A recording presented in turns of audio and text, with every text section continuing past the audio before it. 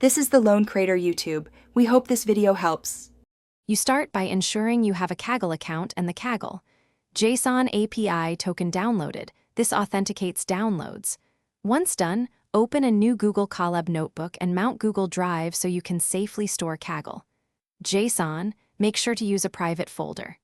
Next, upload Kaggle JSON into that Drive folder or create it via file right in Colab. These steps get credentials into Colab quickly, so the Kaggle CLI can authenticate and fetch datasets.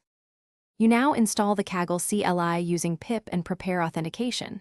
In Colab, run pip install Kaggle, then copy or move your Kaggle JSON into /root/ Kaggle. This is where the CLI expects it. Make sure to chmod 600 /root/ Kaggle JSON so permissions are correct. Once authenticated, test by listing a dataset or running Kaggle Dataset's download owner /dataset name. If the list works, you confirmed authentication and can proceed to download specific datasets. You finish by downloading and extracting the dataset into Colab or Drive. Run Kaggle Dataset's download D owner /dataset p/content or a Drive path, then unzip the zip into your working folder and list files to confirm. Once the data is present, load it into Pandas or your pipeline.